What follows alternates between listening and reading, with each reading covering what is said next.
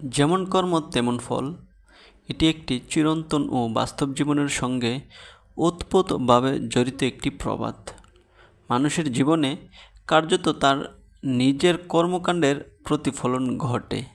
আমরা যা করি তারই প্রতিক্রিয়া হিসেবে আমাদের জীবনে সুখ, দুঃখ, আনন্দ, বেদনা তৈরি হয়।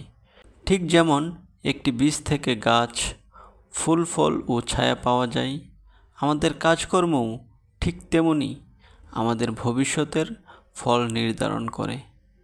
জীবনের প্রতিটি ক্ষেত্রে, ব্যক্তিগত, পারিবারিক বা সামাজিক, এই নীতিরই প্রতিফলন দেখা যায়। প্রায় প্রত্যেকটি ধর্মেই কর্মফল বা কাজের প্রতিদান নিয়ে গুরুত্বপূর্ণ ধারণা রয়েছে। এই ধারণাগুলোর মূল কথা একটাই: আমরা আমাদের নিজের কাজেরই দায়ভার বহন করি। কোনো ধর্মই খারাপ বা মন্দ কাজকে সাপোর্ট করে না, সেটা যেই করুক না কেন। ভালো কাজের যেমন ফল পাওয়া যায়, ঠিক তেমনি মন্দ কাজের ফলও পাওয়া যায়। পাপের গড়া পূর্ণ হলে এমনি পাপের জন্য এই পৃথিবী সংকীর্ণ হয়ে যায়।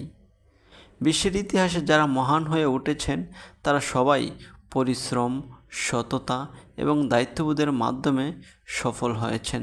উদাহরণস্বরূপ আমরা বলতে পারি, মহাত্মা গান্ধী অহিংস আন্দোলনের মাধ্যমে ব্রিটিশ শাসনের বিরুদ্ধে লড়াই করে ভারতের স্বাধীনতা অর্জনে গুরুত্বপূর্ণ ভূমিকা রাখেন। তার শান্তিপূর্ণ কর্মপন্থা তাকে সারা বিশ্বের কাছে সম্মানিত করেছে। তেমনি নেলসন ম্যান্ডেলা 27 বছর কারাবাস সহ্য করেও দক্ষিণ আফ্রিকার বর্ণ বৈষম্যের বিরুদ্ধে লড়াই করে একদিন দেশের প্রেসিডেন্ট হয়েছিলেন। আবার মানুষ হত্যা করেও তার কর্মফল ভোগ করে গেছে। অর্থাৎ যে যেমন করে যায়, পরবর্তী প্রজন্ম তাকে সেভাবেই স্মরণ করে। আপনাকে নির্ধারণ করতে হবে আপনার পরবর্তী প্রজন্ম আপনাকে কিভাবে স্মরণ করবে। একজন কৃষক যদি মনোযোগ দিয়ে চাষ করে, সময় মতো সেচ ও যত্ন নেয়, তাহলে তার ফসল ভালো হয়।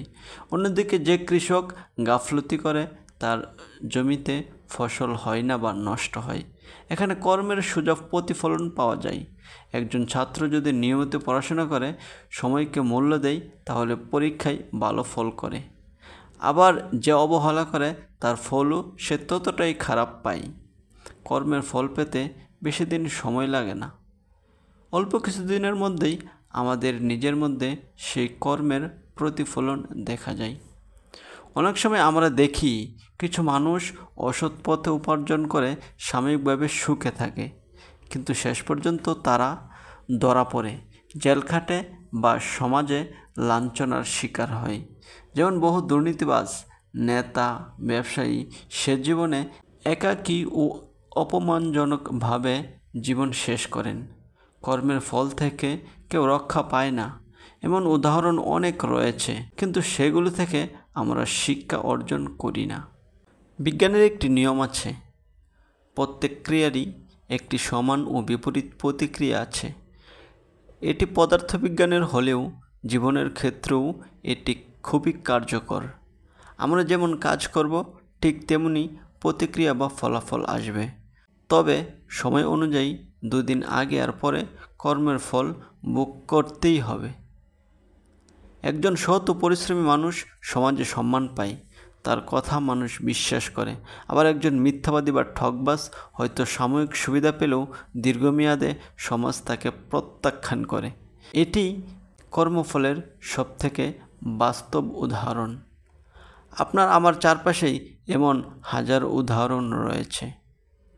পরিশেষে বলা যায়, যেমন কর্ম তেমন ফল কোনো কল্প কাহিনী নয়, বরং এটি জীবন চালনার একটি অপরিহার্য নীতি। আমাদের প্রতিটি কাজেই ভবিষ্যতের ভিত্তি তৈরি করে। তাই উচিত আমরা সবসময় ন্যায়নিষ্ঠ, সততা ও মানবতার পথে থাকি। কারণ আজকের ভালো কর্মই কালকের শান্তিময় জীবনের নিশ্চয়তা। আজকে যা করব তা কর্মফলেই আগামীকাল ভোগ করতে হবে। কিছুদিন আগে মুক্তি পাওয়া বাংলাদেশের খুবই আলোচিত একটি মুভি বরবাদ। সেই বরবাদ মুভির লাস্টের একটি কথা আমার কাছে খুবই ভালো লেগেছে। কথাটি ছিল, পাপ তার বাপকে নয়, বরং পাপ কাউকেই ছাড় দেয় না।